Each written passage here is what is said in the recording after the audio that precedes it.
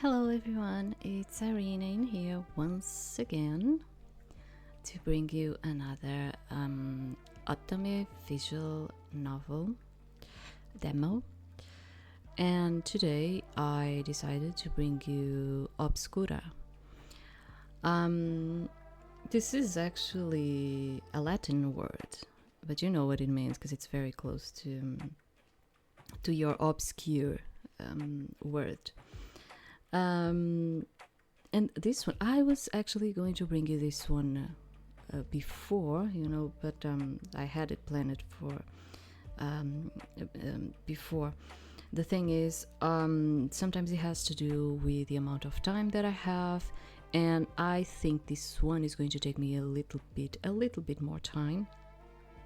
I'm at least counting 4 hours, probably. I don't actually know.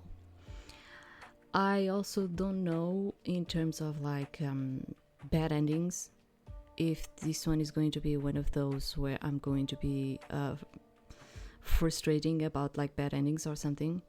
What I've heard about it is that it actually has a little bit more narration than what I usually like about the games having, So I also thought to myself, okay, I also have to have this set of mind, this mindset of that I'm going to probably be playing a visual novel that is going to have a lot more narrative. And you know that I am not the biggest fan of the narrative ones. I prefer them to be more like the original Japanese visual novels, which are more focused on the interactions and actually just being complete ebooks, basically. And that is actually one of the reasons why some of you already asked me to bring some of the Lunaris games. Yeah, but they are very, very narrative driven, and you know that I don't like those. And that's why I'm kind of maybe, I'm not saying no. What I'm saying is I have others scheduled right now, and maybe in the future we'll bring them, okay? But right now I have other games planned for us to play together. So let's see how this one is going to work out. So since it might have a lot of narrative, you already know, I will remind you once again, I don't know if you're new in here. So I am not a native speaker of English. I do this for fun. I am not being monetized by, promoting some of the games that I am reading and narrating in here. So please have that in count, which is sometimes I am going to mispronounce a lot of the words that you're going to hear during the stream, okay? So I need to tell you this once again, because there's always someone new that doesn't know that, so yes. In terms of yeah, you have some warnings on this one too. And in terms of the options of the settings, you actually have some settings on this one, which I actually quite like. In terms of the flashings and screen shakes, I left them like this because I still don't know. I haven't touched the game yet. I don't know if I'm going to feel comfortable about them or not. But I like the fact that you can put the dialogue larger, the font, and you have the open dyslexic one, and you also have another one, which is remember that I told you that there's this thing of using the serif font, which is not the most recommendable for digital content. Well, they gave you the option for you to have the default font and have one that it's more adequate for digital content, which they decide to be this type of font. So I really like that too, okay? But we are going to leave it as it is, because I want to know if I'm going to feel comfortable with what we have in here. I was actually thinking about putting the font a bit larger, but then I started seeing that in terms of the text box, the script would go like from one side to the other, and I was already doing like that movement of the head that sometimes I tell you about, like going from the left to the right constantly, and I don't like that. So let's leave it as it is, and we'll go along and see how this is going to be, you know. Okay, so this is from developer Raccoons, and I think they actually have like quite a ton of games, and I think I already did some of them. I think so. And let me check. Yeah, this one apparently is completely out. It's from 2023, and it says, I once heard a story. There's a marketplace under the mountain where anything can be bought and sold. Visitors wear masks to become faceless strangers. It's home to the unscrupulous, the outcast, and the desperate. You are one of the desperate. Strangers with their own secrets and ambitions can show you ways through the market. They'll guide you to your goal. But don't trust them to have your best interest at heart. Okay. So I don't know. Let's see how this is going to work. Oh, why is this like? I think I already put this with a faster. Let's see it. Okay. Yeah, pumpkin. So, can be pumpkin. If you ever need or want to pause the game, you can press the save word button in the top right corner. This pauses the game and takes you to the save word menu. Welcome to the aftercare screen. This is your safe space, a calm, judgment-free zone. It will always be accessible to you. There are several options for you here. So take a deep breath and select what feels best. I want to talk one-on-one with the main character.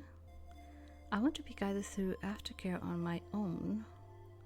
I don't actually know what this entails, but I don't know. I guess we'll see it.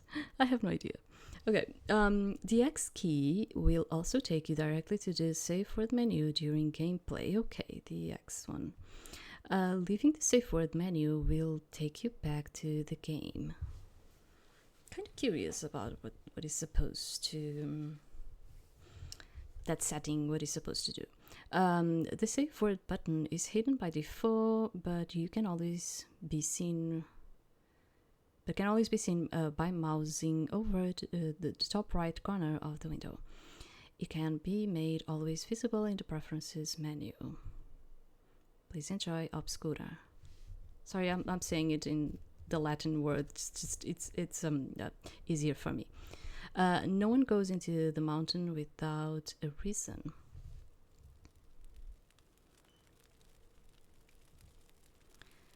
Purpose of business: buying.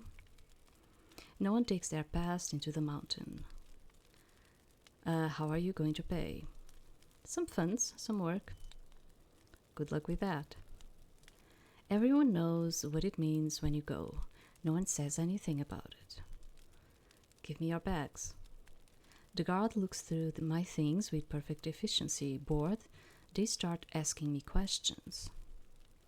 What are you going to be called down there? So we are Miss Vesper. Do we want to keep it or do we want to change it? Vesper. Okay, Miss Vesper. Good choice. You have a mask, Miss Vesper. No one would sell me one. Not a problem here. If you're buying, we are selling. The gate guard waves to the masks hanging around the entrance, perhaps once worn by other visitors. The masks are an old custom, plausible deniability. We are all faceless strangers under the mountain. Pick your poison. A charcoal colored one with worn lace and gold trim. The cream colored one with flowery details painted across the left side. Yeah, probably very pretty, but it's kind of wondering if it's not going to kind of like give me away as a woman when it kind of, we do tend as women, we do tend to pick you know, the flowery kind of things. I don't know, I think it's something because it's more pretty, we kind of do tend to do that. The burgundy colored one with swirling and embossed pattern. I would go to the charcoal. To be, I don't know, maybe to be more shadowy, you know, like kind of like that gray kind of thing. I take a mask off the wall and fit it to my face. It weighs on my head, but my mind feels lighter. I see my reflection in the mirror. Yeah. It makes you more, in fact, like we look a lot more masculine with this, but I think it makes me more like that, more like not recognizable as directly as a woman. Do you understand what I'm trying to say? I'm trying to not even pass by a woman in here. The people under the mountain have beautiful taste. I hand the gate guard the money owed. Welcome to the marketplace.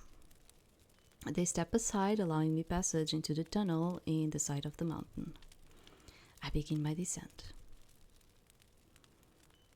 At first, I have to wonder if I have been tricked in some way. The passage grows narrow, the air stale, and the path uneven. I'm walking by the last, feeble threads of light that reach this deep.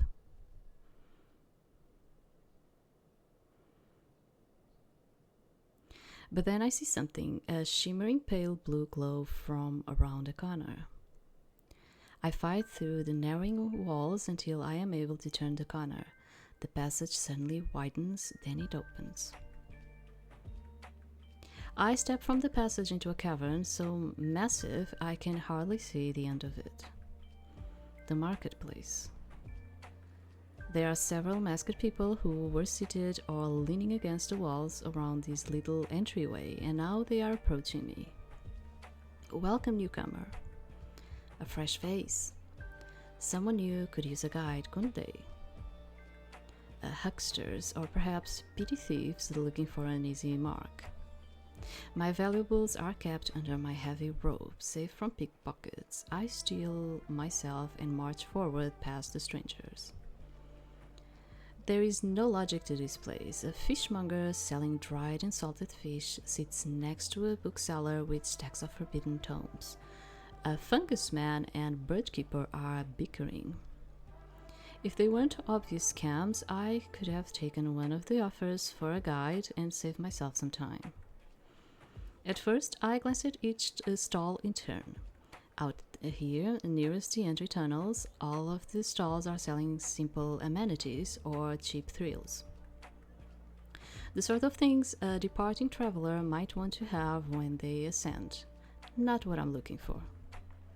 It's not here. Well, I suppose it wouldn't be. Asking one of the sellers, I get directions. The rough walls of this cavern, shifting and trembling in an unsteady candle and a glow-warm light, slowly turn smooth where natural walls turn to human-carved. The ramshackle stalls turn to ramshackle buildings to painted and varnished walls. The quality of goods on sale is improving as well. The cheap basics are behind me, ahead are the rare, the luxurious, and the illicit. The real reason anyone comes here. Seeing the sign for an apothecary, an easily recognizable serpent coiling around a staff, I slip inside. A staff. Welcome. The shopkeeper is masked, of course, but that is not what grabs my attention. The din of hundreds of voices selling and buying and negotiating in the echoing caves is muffled but not by much. That is because while the apothecary has 4 walls, there is no roof over the store. Newcomer, huh? What? You must be a fresh arrival. And why would you say that? You are staring where the ceiling should be. Ah. I suppose in a city with no sun or rain, roofs are unnecessary. Only thing a roof keeps out in the marketplace is thieves. A common weather pattern here? Far too common. I make an effort to examine the apothecary's mask. It's plain, plainer even than mine. Perhaps he is frugal, or perhaps he is poor by the standards of the marketplace. Well, you weren't driven in here by the weather. What do you need? I'm looking for lunar ichor. I resist the urge to explain my circumstances to the shopkeeper. No matter how meaningless or petty they seem, my secrets are one of the few resources I have in these depths. You have expensive tastes or terrible luck. What I don't have is lunar ichor. Is that something you can remedy, apothecary? No. If money is a concern, I can make arrangements. It's not the money. I could never afford to stock the damnable ichor. Even if I could, I doubt I would be able to stomach it. The rumors were true then. That is unfortunate. Where does one go then to find that damnable ichor? The smuggler dens, the vaults of the lords of the market, or perhaps you could take a knife to the lunar god. Failing that, the auction house may provide. It's the largest house this side of the ruby walls. It even has a roof. The apothecary cannot see my smile, but I hope he can hear it. I thank you for your timely advice, sir. Save your thanks for the lunar god. It will be a miracle if you get that ichor. I take my leave of the shop. The noise rises again from loud to deafening. There are tunnels and additional caverns in all directions, but I continue the way I was going. If the walls are getting smoother and the buildings more beautiful, then I am approaching the richest part of the market. It stands to reason that is where the auction house will be. Yeah. You can actually notice that it's that type of English that requires you to have a little bit more knowledge of the language to really understand what is written in here. Okay, I say this because since I am a non-native speaker, sometimes I feel like other people that might come into these games and are non-native speakers might find it hard to understand, because some of these visual novels have an English which is a little bit more, I would say, lyrical. Okay, a little bit more lyrical in their prose. They have more lyrical in their prose. It's like you can kind of feel that, and they might be hard.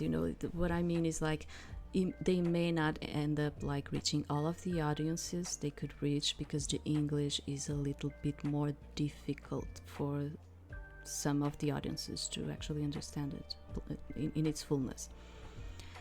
Keeping my eyes up, it takes no time to find the auction house. It is, as the apothecary said, the largest house this side of the ruby walls. There are long chains of glowworms draped over the promised rigid roof that dangle and sway as the air shifts in the cavern. Yeah, you can see by this type of sentences that is really not that type of accessible type of English. You have some kind of a lyricism going on in here. Okay, the building itself is deep, garnet red with gilded trim. Message received. You are very wealthy, whomever built this.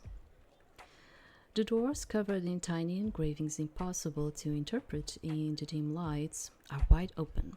Bright lamplight pours out into the street. People are freely milling in.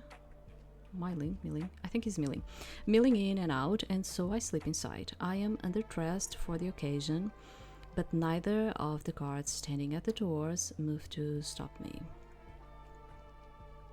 The sound of the outside suddenly dims, and I have a blink against the comparative brightness. I can hear my own muffled footsteps as I cross the floor deeper into the auction house. The whispered conversations through masks make a thin fog of sound compared to the din outside.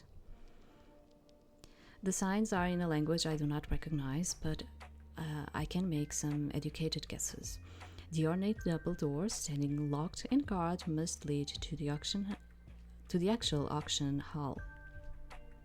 There is a short, uncarpeted hall with gleaming polished floors lined with several doors.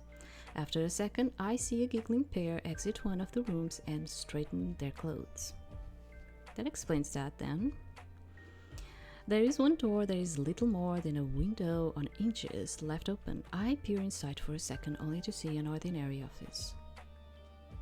Come in. The stranger sitting behind the mask waves to me, and so I step inside. Pardon me, I didn't mean to intrude. You can't intrude on the bookkeeper. I must always be available. You must be.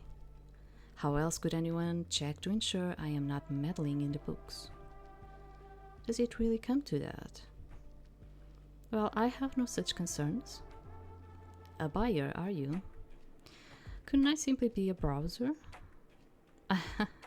You really believe someone would come to the marketplace, to the auction house, just looking to see what they find? I suppose someone must have in all of history. Well, if that's the scale you are measuring by. You, however, are not here to browse. No, I am not. You're right, I am here to buy. Shall I show you the catalog for the next auction? I would appreciate it. The bookkeeper stands and hands me a sizable booklet. Do not damage it, do not leave here with it.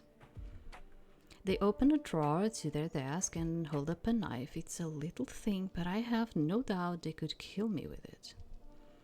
Then they sit again and resume their work. I flip through the book. There are objects of unimaginable value, works of art by artists even I know by name, an exquisite jeweled tiara fit for any princess, the deed to a country manor on the surface. Then there are the wonders I could have never dreamt of. The bird wreathed of flames that never burn, the still beating bloodstone heart of some rock nymph, a potion of clear vision. I flip a page and am met with the miserable exposed face of a young adult. Their posture is low and defeated, but they are beautiful. The text informs me that whatever is paid in the auction will be sent to their family within the mountain. Surely not. I flip the page again. There are no other people in the catalog, but one is enough to turn my stomach. Thank you, bookkeeper. Finished already? What I want isn't in there. And what it is that you want. I'll check the history, see when it was last sold. I bite my tongue for a moment. Lunar Ichor. An unlucky one, aren't we? I couldn't say, if you would, bookkeeper. They shuffle through a notebook. I try to read the text, but it is nearly impossible to interpret their faint pencil scratching. More bad luck to heap on your pile, I'm afraid. The last sale was 3 months back. It's unlikely we'll get another sale for months yet, unless someone new comes with a stock. It couldn't be easy, could it? And what was the final price for it? For a lot of 12. The number they tell me is stomach-dropping. I could not gather those funds in a lifetime. Even divided 12 ways, the price for a single vial is well beyond my means. My life savings weighed heavily in the coined purse under my robe. Dead weight, it seems. By your silence, I guess you don't have the money. Thank you for your time. I try to keep my voice neutral. When I leave the auction house, I momentarily lose my sight and hearing as I adjust again to the dim, echoing cavern. I don't notice the direction my feet are taking me. My hopes for a quick visit to the marketplace have been thoroughly dashed. Now I have to determine what to do. I'll think better. Okay, can I save? Because I do think that I might actually get some bad endings in here. I do not know, but I'm kind of like counting on it. So it's better to keep saving. So I'll think better after some rest. Well, I don't think we should like give up. So I can't afford to give up. Because I'm thinking like from what they are saying, she needs this vial, and I don't know if it's because she is suffering from something or if it's like a family member that is suffering from something, and apparently she needs this type of remedy. So this is kind of like a mission, okay, and I'm feeling like that, and because of that I'm kind of like maybe we should not give up on it. I cannot allow myself to give in to difficult circumstances. If I give up on getting the lunar ichor, I might as well throw myself off the mountain. Yeah, like it's very important apparently. And I'm thinking maybe she's suffering from something because of like the conversation that they actually had. I'm kind of like maybe it's some kind of a curse or something and she might be suffering from it. I don't know. For now, I need a place to stay. My feet ache from the climb up the mountain, and my spirit is draining away in these cramped, noisy conditions. I stop by a stall and ask directions for a decent inn, a rest stop, public house, anything. Following the directions through a short tunnel, I wander through a quieter district of the marketplace. Though quiet is relative.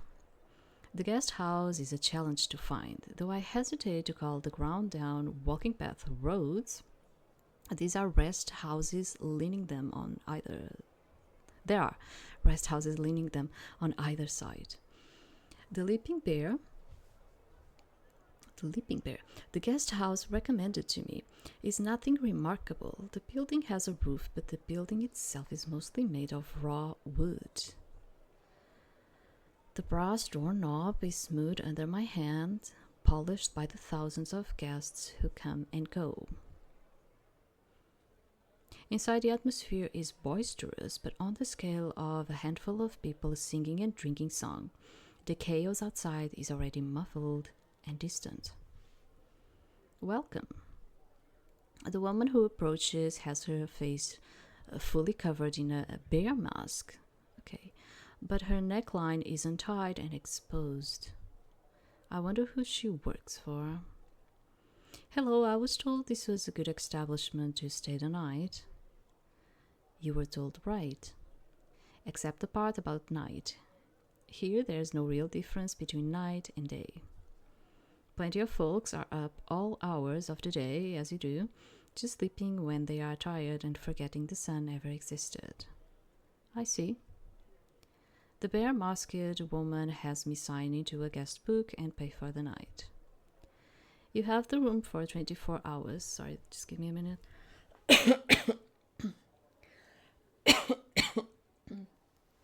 It's the usual thing.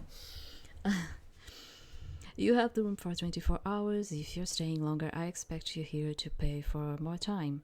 If you don't, you might find all your things at the Moon Shrine. Okay. I'll remember, thank you. And you'll be needing this.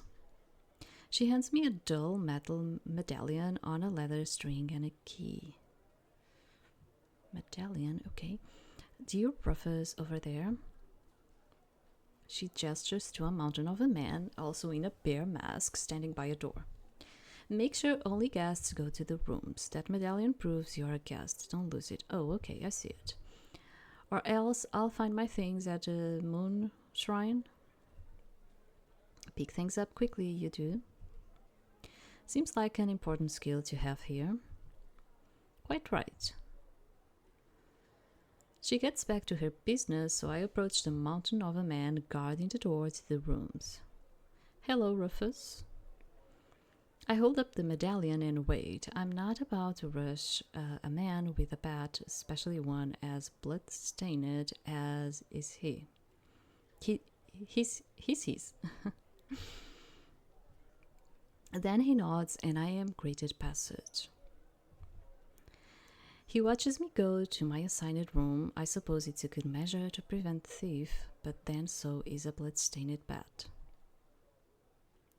Sleep doesn't come easy at first. How can I risk sleeping in the marketplace? But it does come for me.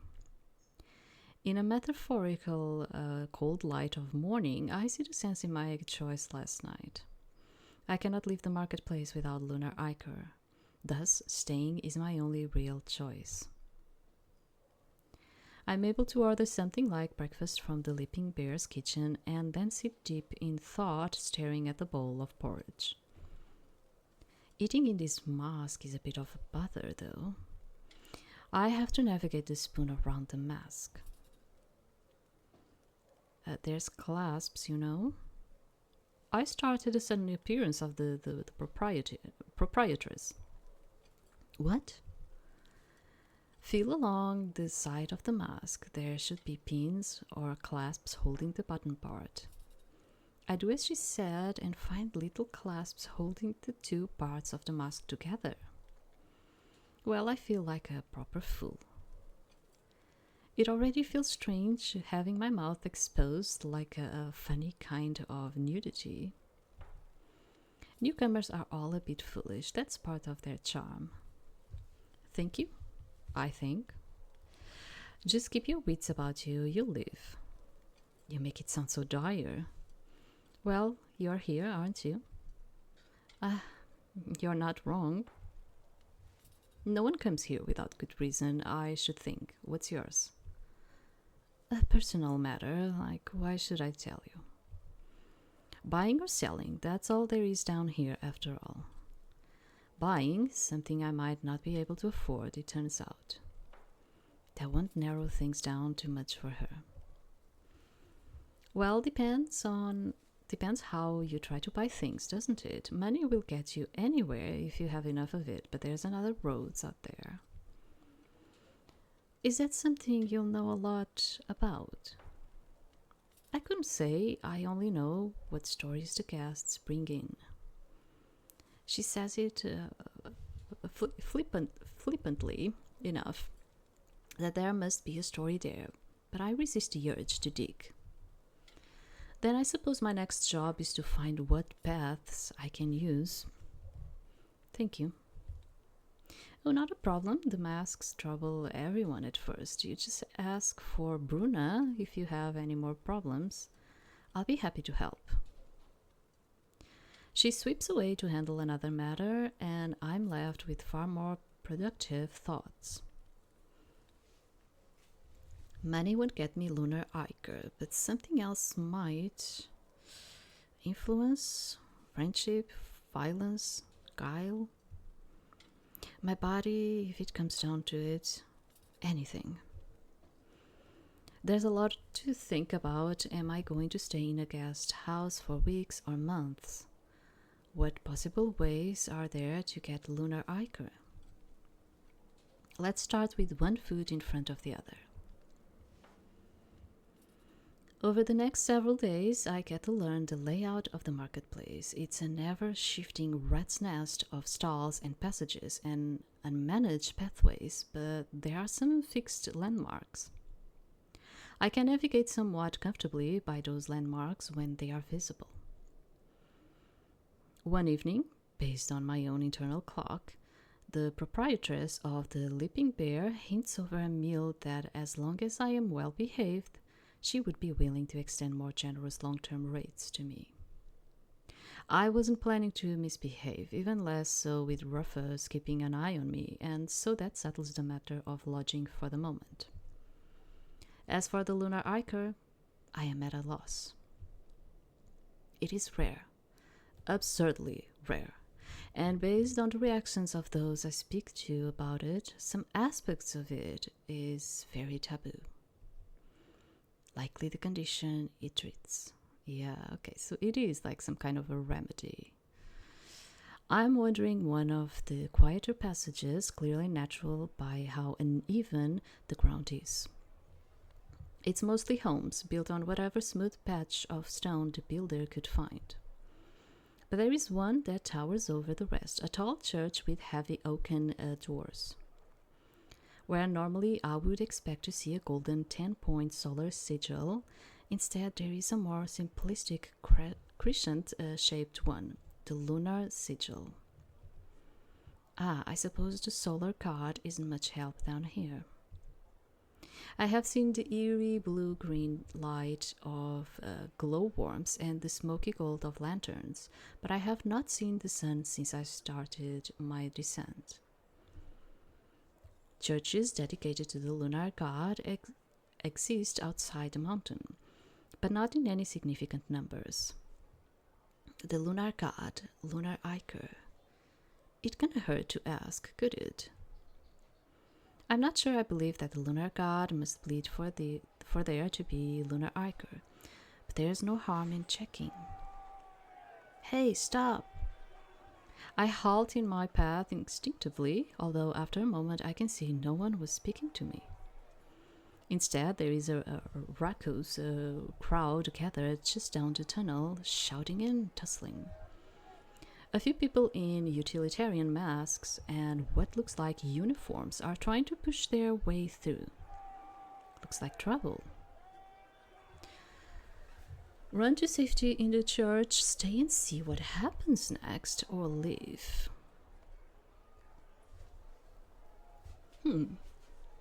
Let's stay and see what happens next. I just hope we are not in the way, though. I would just be far away trying to understand. Idle curiosity keeps me where I am, watching the ruckus of the crowd intensify. Very suddenly, one of the members of the crowd breaks away and sprints. Directly towards me. Oh god. I start moving backwards, trying to step aside. I misjudge my step and stumble. I fling a hand out in an attempt to find my balance. The sprinter slows down very slightly as they get closer to me, slow enough to catch my hand and jerk me forward. I try and pull my hand away, but it's impossible. The runner pulls me along and I have to use all my focus to keep up. Stop, thief! Thief? I cannot help but my astonished outburst, sorry. What? Like you are surprised? We pelt down a tunnel. Many of the people step aside for us, hardly surprised by a pair sprinting away from a collection of uniformed officials. I wouldn't want to be involved either. The runner takes a sharp turn, nearly wrenching my arm from its socks. I yelp as I follow along. Then we take a turn into some sort of business establishment. The runner does not slow down for a second as the shopkeeper opens their back door for us and closes it once we are through. The back alley we are in is uncomfortably cramped and we have to shuffle through. Hold on. All at once the thief turns, grasps my shoulder and pushes me backwards until I'm pinned against a wall. What? Shh, shh, shh. We are both panting. The thief leans in until I am nearly pressed body to body with them. I do not understand if he has like freckles all over his body or if that's also some kind of a disease that he might have. Oh no, it's it's both arms, yeah. I don't know. Stay quiet for 20 seconds. It's kind of like me. It's funny that I kind of like to see freckles like a bit on your face when you have like a bit. But unfortunately, I do have freckles, but it's like him. It's on my arms. In fact, I only have in my arms, which is kind of like strange, isn't it? And I don't actually like to see them in my arms, so I think it's cute when it's in your face, but I don't actually like it in my arms. But yeah, I kind of have it like that. Helpless, I have to follow the thief's lead. I don't know if it's some kind of freckles or if it's a disease or something that he has, though. Helpless, I have to follow the thief's lead. I do everything in my power to breathe silently and try to tuck myself behind the stranger. After a count of 30, the thief gives me space. Who are you exactly? Vesper. Okay, Vesper, do you trust me? What, dude, people were calling you a thief. You just drag me along and you're like asking my name without introducing yourself, and you are asking me if I trust you. What is this? I mean, oh my god. I am looking at that dagger and I'm like, I'm going to say no and he's going to kill me. Okay, so, but I want to try. Like, I'm going to say no. Not remotely, should I? No, you shouldn't. Okay. But if you don't want to get arrested, you should still come with me.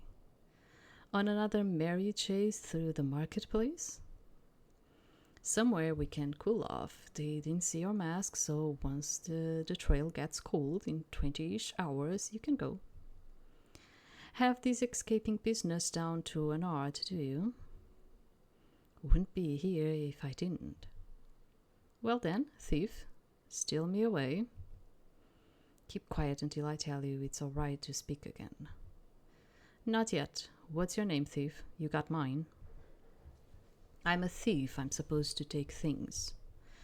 Do you want me to call you thief while we are walking around? Would you like that kind of attention?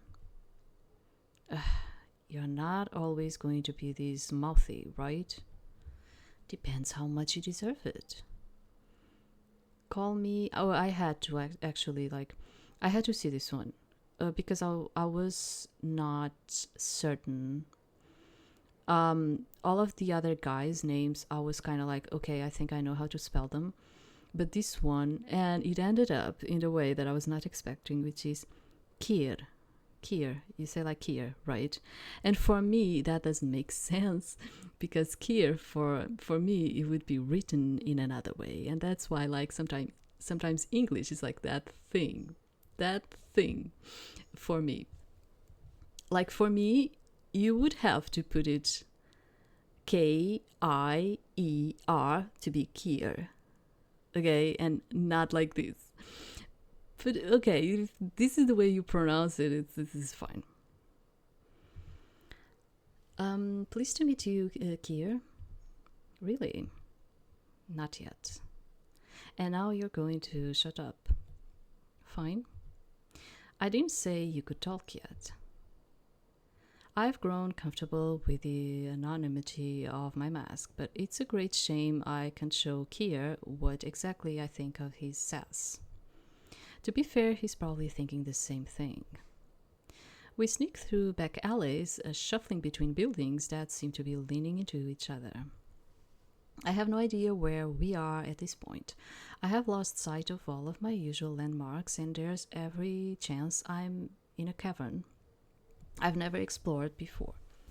Okay, give me just 1 second, because I am getting too much hot in here, and I need... So Kier, at least, looks to be completely comfortable navigating this space. We stop at a dead end. Or at least it looks to be a dead end for a moment. Kier shoves aside a collection of heavy planks and a short, narrow passage is revealed. Watch your step. You know, this situation kind of like created something for us. Because remember, like, that innkeep lady, she was like telling us, if you don't mess around, we will keep a good rate for you. We will keep your room and a good rate for you. And we were dragged into a situation where it might had screw us over in terms of like that. We have to crouch and nearly crawl through the passage, but it is mercifully short.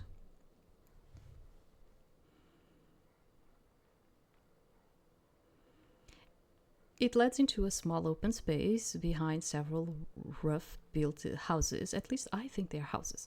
A lanky teen staring us down from behind a scrappy, stiffened fabric mask. Hey, we are sandstone polishers, don't mind us. Okay? What was that? A code phrase? Still no talking. I roll my eyes behind the privacy of my mask. Then I take real stock of my surroundings. I am in a strange place with a man I cannot trust, and I only know about one exit, the one behind me. I think I will keep saving every step because I have no idea about this game.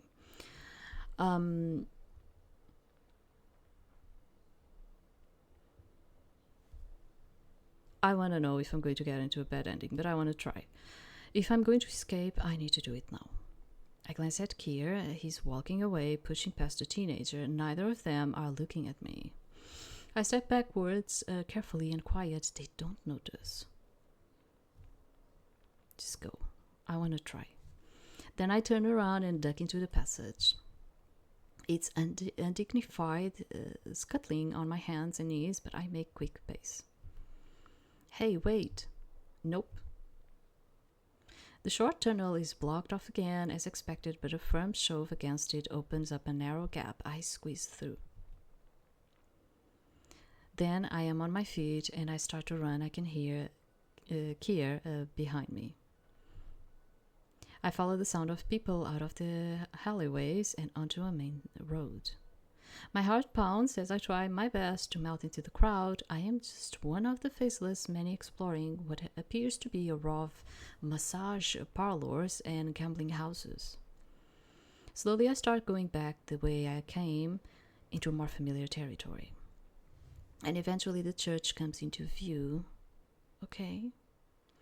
I slip through the imposing, massive oak doors. The carvings in the wood press into my palms, a surprisingly comforting, grounding sensation. Then, once the doors close, the changing atmosphere hits me. First is the smell, candle smoke, heavy incense, and cold, crumbling stone. Then comes the solemn silence, the kind that reminds you of your place within these holy walls, and the oppressively tall ceiling. I'm finally alone, even for just a little while. It's a welcome relief from the chase and sneaking around. It feels like I can truly relax here. I take that moment to release the breath I was holding and take in my surroundings. This is where the inhabitants of the underground come to worship the lunar god. It's also a reminder that I still haven't found any adequate lets for the Iker. When I take a couple of steps down the carpeted path between the aisles, I suddenly make out a figure behind the altar. They are wearing long robes. A priest, maybe? Excuse me? I call out, taking care to not raise my voice too loud. The person shuffles around, and I see they are masked too. Although this comes as no surprise, it's an unfortunate realization. Even those in service of the lunar god aren't safe from the marketplace. As they approach, I noticed a distinct glimmer of a golden brooch nestled between the folds of their clothes, proof of their holy devotion. Their entire appearance is refined and almost ethereal. Huh? A rich silken voice. It takes me off guard. Do my ears deceive me, or has another fight broken out? The priest stops a few meters from me, and from here, I notice that their mask doesn't cover their mouth, which is set into a thin, disapproving line. You are right, it's quite the scene outside. I pause. I was hoping I could lay low here for a while. I'm not one for brawls. My star. The church will always be a place of safety for those who need it. Please stay as long as you like. Polite. unlike a certain someone who tossed me around and shut me up without remorse. I was taught that all lunar priests call believers their stars, but it still makes me smile. Well, thank you, Father. A twitch of their lips. Cyrus, would you say like no Cyrus? Okay. You need not call me by those stuffy titles. A man's name, I had a feeling. I doubt it's his real one, as is the case with most people in the marketplace, but even a fake name speaks volumes about someone's personality. If I am misspelling a name in here or something, do bear with me. I'm sorry. It's just I am not certain. I only looked for the Kier one because that one I was honestly like, is it Kier or something? I was kind of like, I don't know how to say this one. But I didn't look for the other one, so if I say like in a way that it's kind of like foreign to you, I am really sorry. Would you like to light a candle while you're here? Huh? Sure, why not? I follow him towards the back of the church, past the initial altar, and stop in front of the statue. It towers over us, surrounded by row after row of marine blue candles, and the sight takes my breath away. I would not actually feel comfortable, probably, in this type of environment.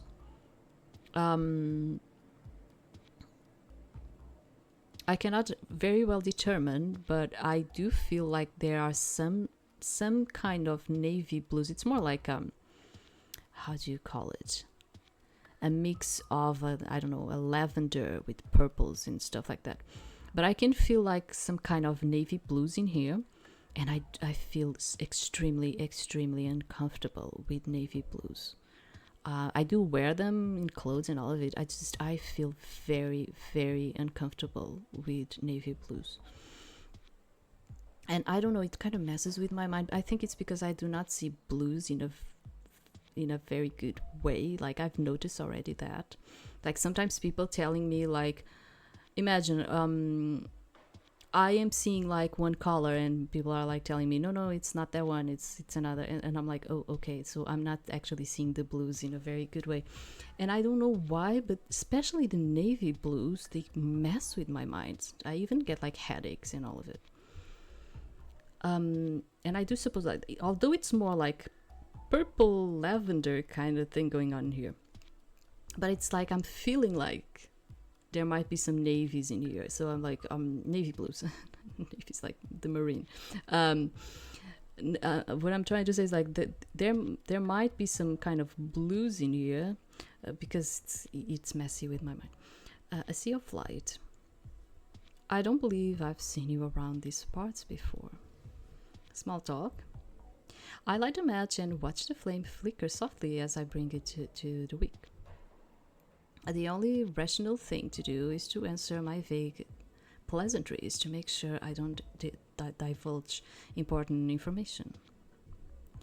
I'm far from being well-traveled. Think I might see the appeal now, though? Is that so? Despite not being able to see his eyes through his mask, I feel them on me. Cyrus makes no effort to follow up on his last comment, and the two of us fall into silence. You're a bit of an unusual priest, aren't you? His lips twitch again, forming into a polite smile.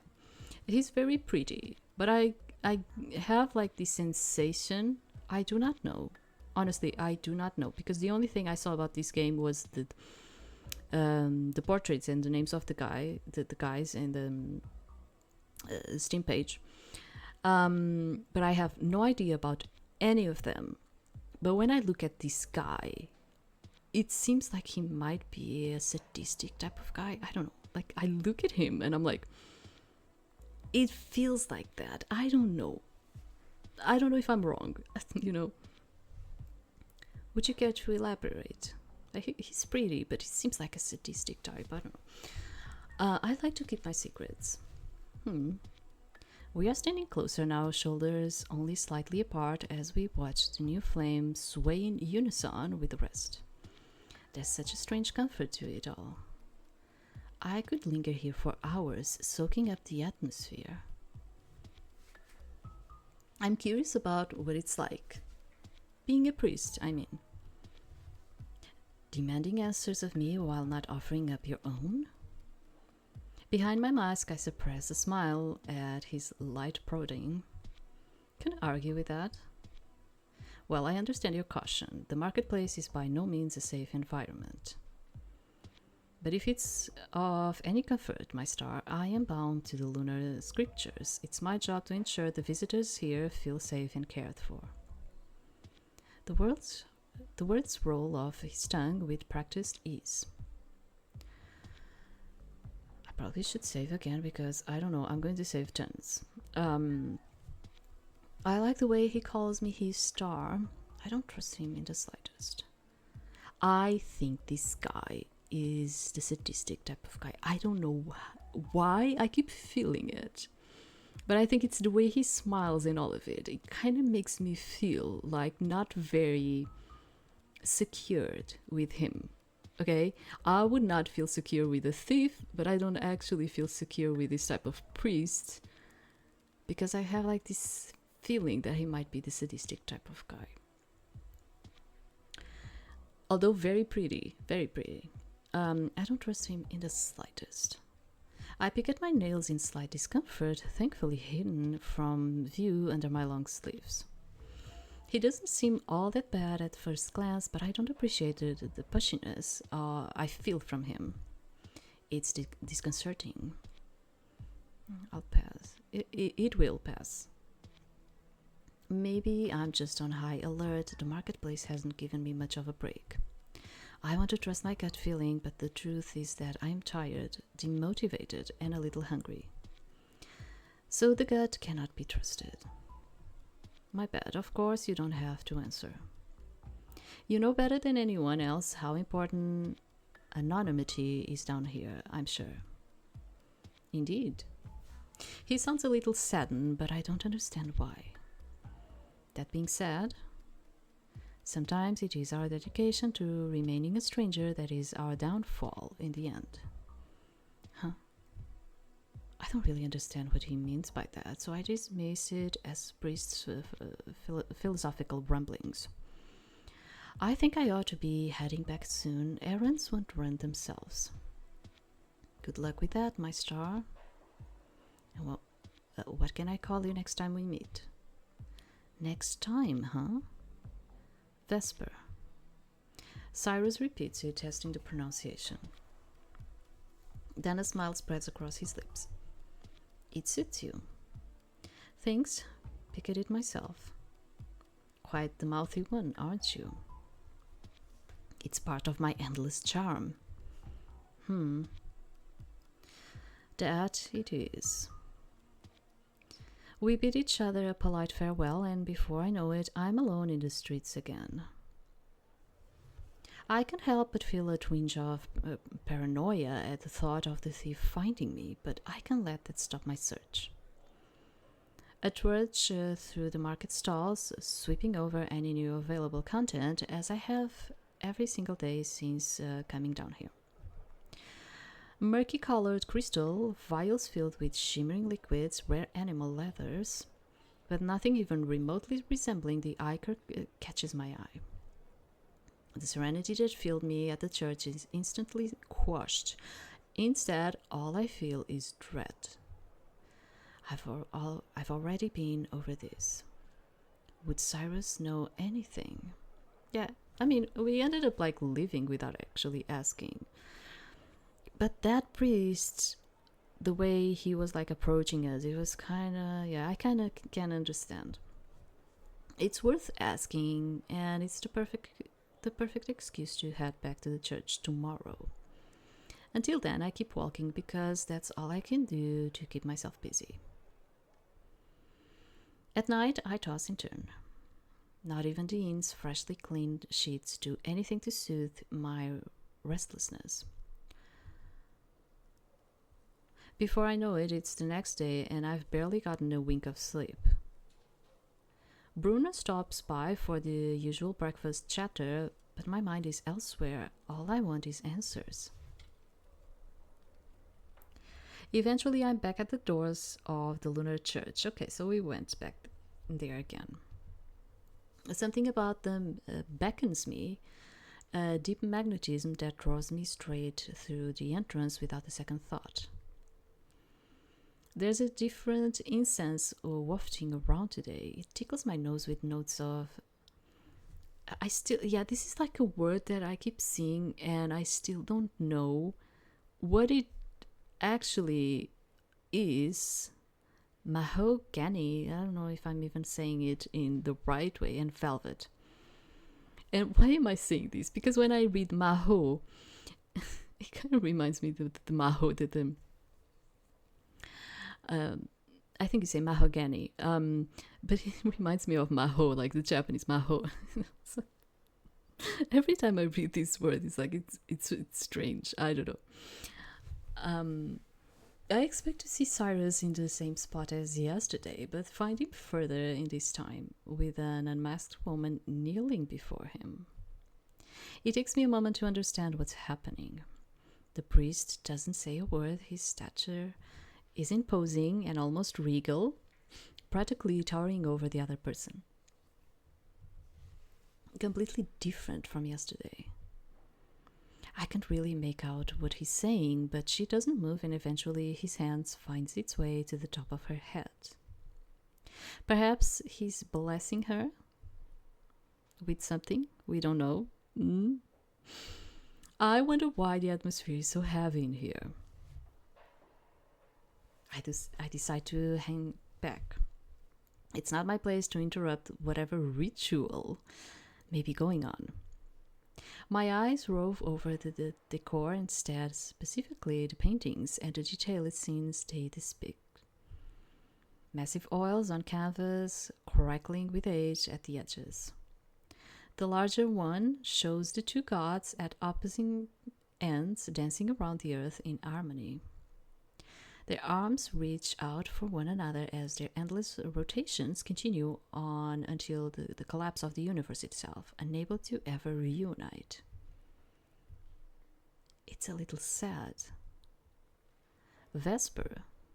I didn't notice him approach. Cyrus' tone is warm and comforting, and the smile right under his mask peeks out as usual. It's as though the ceremony from earlier never even happened. Hey, I'm back. Didn't want to disturb you back there. Back there? Oh. He tilts his head, lips stretching into a mysterious smile. Did I make you curious by any chance? About the ceremony? Yes. I have nothing to do with that, dude. I don't know what type of ceremony you were performing there, but I have nothing to do with it. No, really. I just really didn't want to get in the way.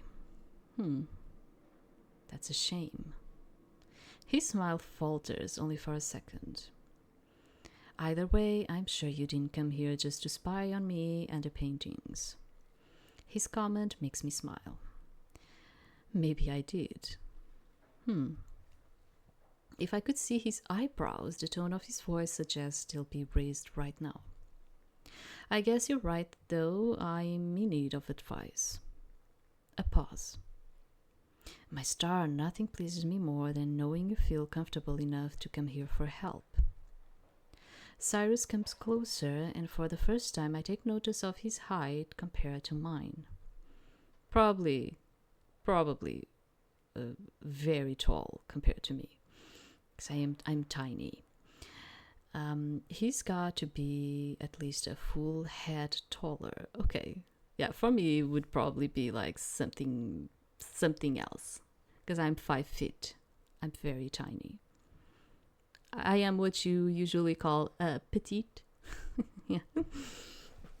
When I was like in America, it was kind of like you kind of need clothes for petite. Petite is actually like a French name, a French word. I mean, what can I do for you? I hesitate, unsure if he really should be trusted or not. I'm looking for something. Lunar Ichor, to be specific. Something in his demeanor shifts when he hears this. You are sure? Quite sure. That's quite a task. What do you need such a precious resource for? I find that I really don't appreciate him sticking his nose where it doesn't belong. Oh. Oh, I see. Fractum anima. I thought that illness had very well vanished from this world. Fractum anima is a Latin word. So it's like a soul breaker kind of thing. Because it reminds me of like a fraction, like the soul is broken. I don't know how to put it in another way. His words startled me as I instantly stared up at his face, hoping to catch a glimpse of his eyes through the holeless mask. The only better way to ensure he's telling the truth if he actually knows what he's talking about. But I see nothing, of course, only the intricate embossing in the metal surface. He knows the name of my illness. Wasn't expecting that. How do you... I've encountered it before, though it remains exceedingly rare. As is the cure, of course, I assume you've asked around and seen for yourself. The weight of the situation returns to me as my chest feels like it's being crushed. I know.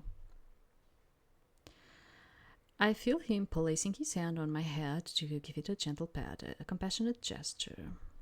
My star. What if I told you there might be another way? I feel my hand twitch, then curl into a fist. Impossible.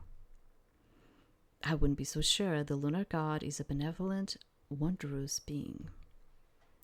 Goosebumps erupt all over my skin and my heart leaps into my throat. It's too good to be true. It has to be. I bet he's going to ask me to be like that type of devoted woman to the god. So the god, by faith, by a miracle, can actually heal me. I bet.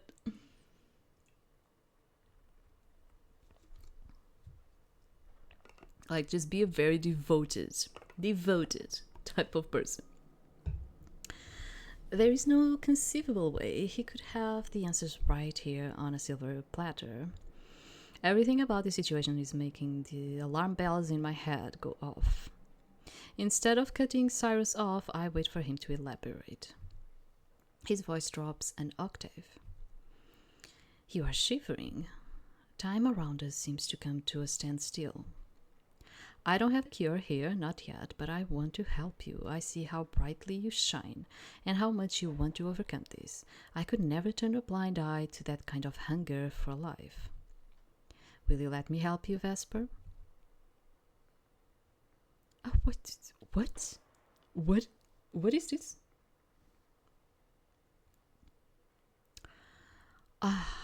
Yes, I can't accept. Yes, God. So, I think this is more like, yeah. And this one is probably like, yes, yes, I want you to help me. And this one is like, I don't actually want to, but I have to. So this is more like me. Is that even a question? Refusing would be utterly idiotic of me. Thank you. The words spill from my mouth before I can even think twice. I'm still in disbelief. My mind is overcome with a sudden wave of confusion. I need to know the details. But he's been so kind to me. I have a hard time doubting the validity of his claims. He's been kind to you. I do not know. My friend. Cyrus readjusts his gloves with a practiced movement.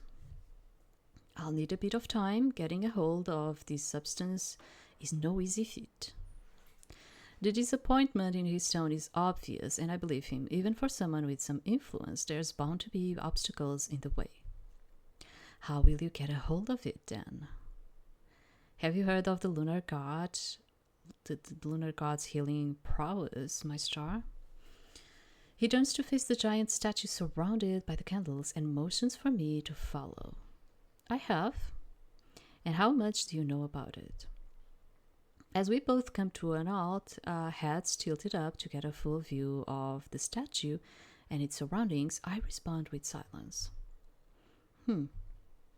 Long ago, it was said that priests were able to receive a sample of the blood that flows in these higher beings' veins to save their people. That is the ichor that we know of today, pure, concentrated life form infused with our powers. In this case, healing powers. But there is no reliable way to get a hold of it these days. I hold my breath. That being said, this blood had once been taken and thoroughly analyzed by a man who then went into hiding. Rumors goes that he left all his notes behind after passing away. Suddenly, his explanation starts to make sense. You are saying we could find these notes and replicate the composition of real lunar ichor? Precisely. My mind goes into overdrive. How could this be the first time I've heard of it? I have to rein myself in before I get carried away. Sounds pretty illegal to me. Where do you know all this from? Cyrus smiles wide. This man went by the name of Nexus, and he was a fellow priest from this very church. I hope you know just how difficult you're making it for me to believe you. It's just not possible. Please rein in your expectations, Vesper. As he uses my name, the timbre of his voice turns serious once more. I did not know him well. Few people did. He was a reserved person with not much to his name. Finding his residence, or wherever he may have hidden his secrets, is bound to be a difficult task, and I'll need all the help I can get.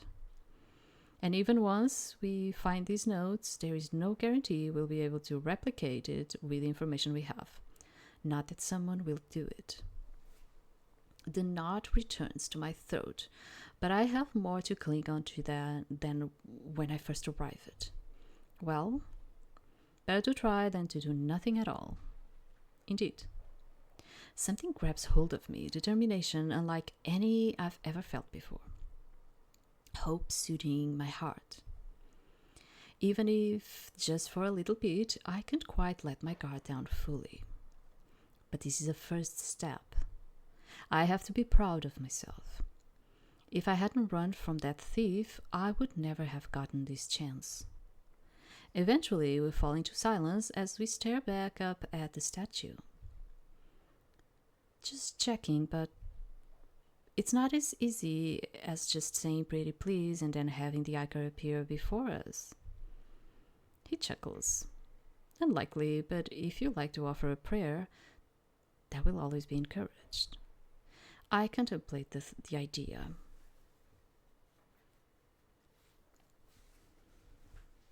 As I said, I do not trust this guy, and I do think he might want me to become a somewhat kind of a devoted type of woman. I don't know. I prefer not to.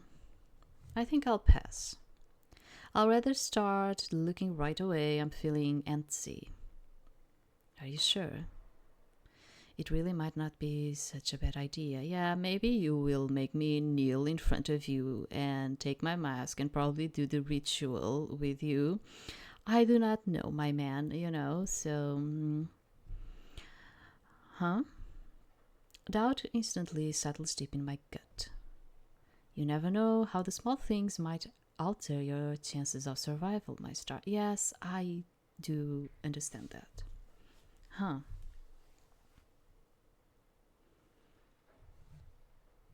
I don't want to. Are you trying to force me to it? I strongly recommend you reconsider. No, I don't. Is he going to kill me? It's fine. I strongly recommend. Okay. Is this an ending to this? So you do not, you have like some choices in here that it's not actually like a choice, right? I kind of feeling, especially with him, and that's why I'm like, no, there's no ending to it. Okay, so you really need to do it. You're awfully insistent. I apologize, Vesper, but your safety is very important. Then let's be quick about it. His shadowy mask turns my way, lips set into a neutral line. On your knees. See, I told you about it. I was like, he's going to make me do that ritual thing. The usual warmth of his voice is completely stripped from his command, and I very quickly realized that this must be the mindset he was in earlier, when he helped cleanse the other woman. For now, I obey. Shoulders straight, hands together. This actually like reminds me of, you had some religious scammers out there that it reminds me of that. Okay, you had some religious scammers out there that would kind of like, I'm going to perform a miracle on you, and at the end we came to know that the miracle that they were like performing, supposedly it was like, you need to like do this hand job or like suck my dick kind of thing to get the devil that is like inside of you, and it's going to like possess me to kind of release it. And this kind of like reminds me of like that type of religious scammer kind of thing. It's not that we are not going to perform nothing of that, I don't think so, but it's like, how to put it, it's kind of like making me remind of that thing, and I'm like, oh my god. Yeah, because that's like, it's so bad, and to think that it is real, the story that I'm telling you about, that it actually happened and keeps happening with some religious scheming things that are out there. So I was just like, shoulders straight, hands together. The words are efficient and utterly no nonsense. It's easy to tell he's done this a million times. Chin up, Vesper. Do not hide your face from the lunar god. Expose your emotions. I feel annoyed by all of this situation. A bit uncomfortable. I don't necessarily like taking orders. I think it might show in my body language because Cyrus grows somewhat quiet. He gives me a moment to adjust. You're almost there. Simply repeat after me, my star. I don't know if he puts his hands together as well. I don't dare look back. But he begins a short prayer, speaking solemnly and clearly. I repeat the words after him. Again and again. We fall into a trance, and with that, I hope that my pleas reach the moon. Finally, it's over. I take a moment to regain awareness of my surroundings and raise my head. You did very good. I'm certain your prayers will be heard. He smiles patiently as I rise up from my kneeling position and stretch out. I hope so. Try to believe in yourself a little more. No such pleas could fall on deaf ears. I've got my doubts about that, but still I appreciate your guidance. I'm about to ask if this is how the prayers usually go when the echo of the doors creaking resonates through the church. New visitors begin filtering in and the spell is broken. My inner clock tells me it's time to head back.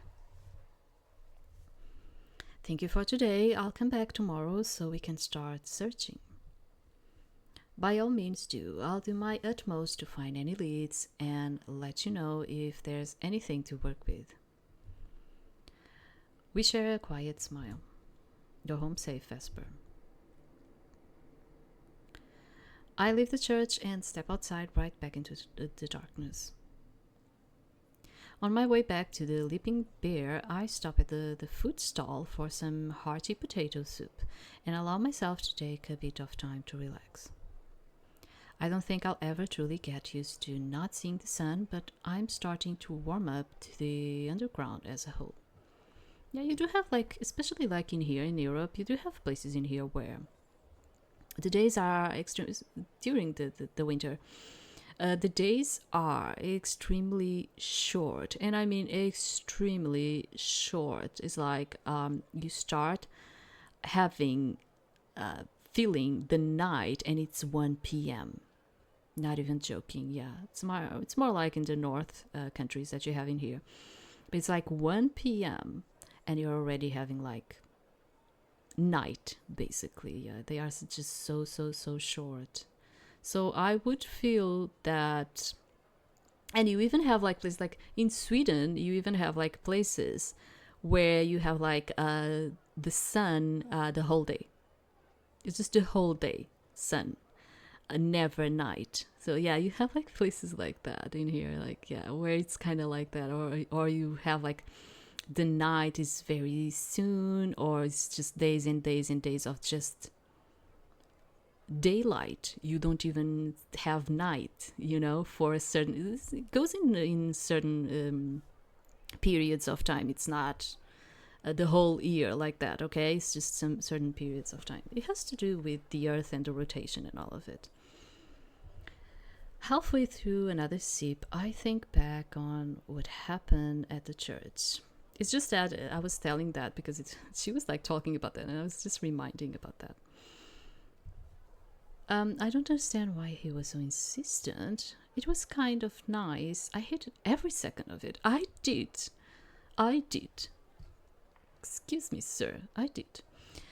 His pushiness still leaves me a bit aftertaste lingering in the back of my mouth. I should have walked right out of those doors. My fist curls tighter around the spoon in frustration. Frustration because Cyrus remains my only lead and hope in finding Lunar Iker. Shit. Either way, I need to come to terms with what happened. I have to work hard while I'm here. After loitering around for just a bit longer, I pay for my soup and begin my long detour back. Passing through the marketplace so many times means that I've started becoming a familiar face, and that in turn I recognize some of the owners. Still looking? Unfortunately, yes. I'll keep my eyes peeled for you. The owner of the bookstall nods in my direction, and I know without a doubt he will. Like many others setting up shop here, he can be a treasure trove of rumors and information. Say, could I ask you something? Depends what it is. Have you heard of a priest going by the name of Nexus? The shopkeeper falls silent in thought and drums his fingers on the surface of the wooden display table. Can't say I have. Why? Heard he passed. I keep my intentions vague, and if he notices, he doesn't press it. Not exactly an uncommon occurrence around these parts. Thanks anyway. Today's search is unsuccessful yet again, but I don't let it bother me. After all, I have Cyrus' lead. Just as I'm about to turn back towards Dean, I narrowly dodge bumping square into someone's chest. Oh. I bow my head in apology, but the stranger fumbles back, distraught. Oh, no, oh dear, I hope I didn't startle you. All good here, are you okay? Please don't worry about me, I should be apologizing instead. I'm not sure how to feel about the sudden outburst. When I take in their appearance, I instantly know it's one of the noble sons from the surface. His skin sports a rich, sun-kissed glow that almost makes me envious.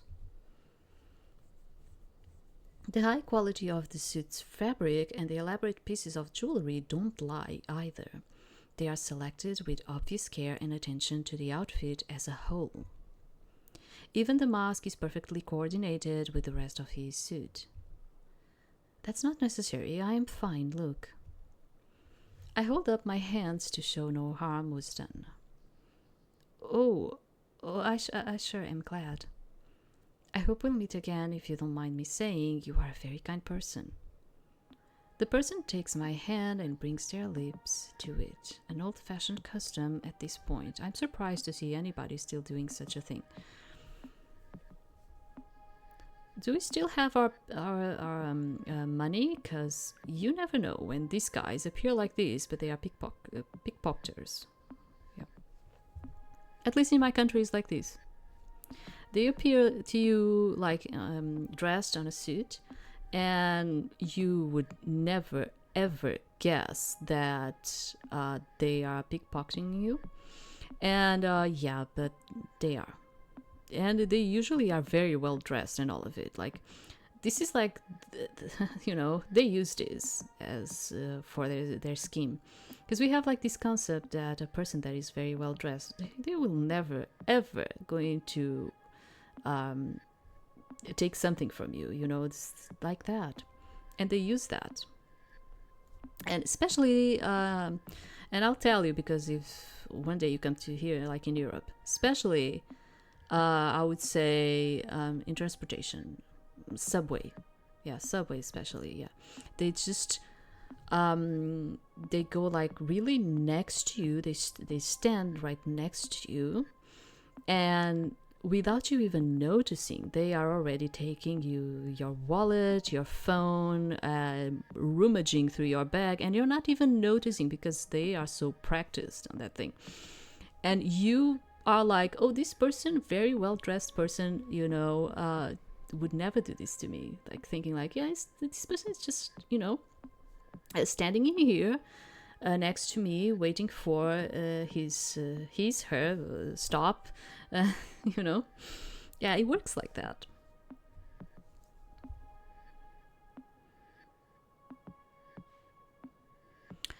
Sorry, with the conversation, I forgot. What did he just said? The person takes my hand and brings it. Oh, okay, it's the type of gentleman thing. Do not. Out of habit, I pull my hand back, uncomfortable. I am rejecting all men in here because I am like that. I am not the easy prey. Excuse me. Oh, no, I'm very sorry. I should have asked. And that's why I'm going to end up with a bad ending. At first glance, he's an easily frightened sort. I'm not sure how much of that is genuine. Please take care and allow me to make this up to you someday. The person quickly excuses themselves, and I'm left baffled. The underground truly is a strange place. It's a testament to how many different people congregate down here. But you never really know who you're talking to after all. Yeah, that's what I was saying. I shake the thoughts from my head and finally find my way back to my room where my bed welcomes me after a strange day out. It's funny how familiar this inn room has become too. Even seeing Rufus' face and his bloodied weapon every day has become something of a comfort. I'm sure that eventually the church will feel the same. That same church is empty the next day I step inside. There's nothing but the echoes of my own calls for Cyrus and the flicker of the candles around the statue.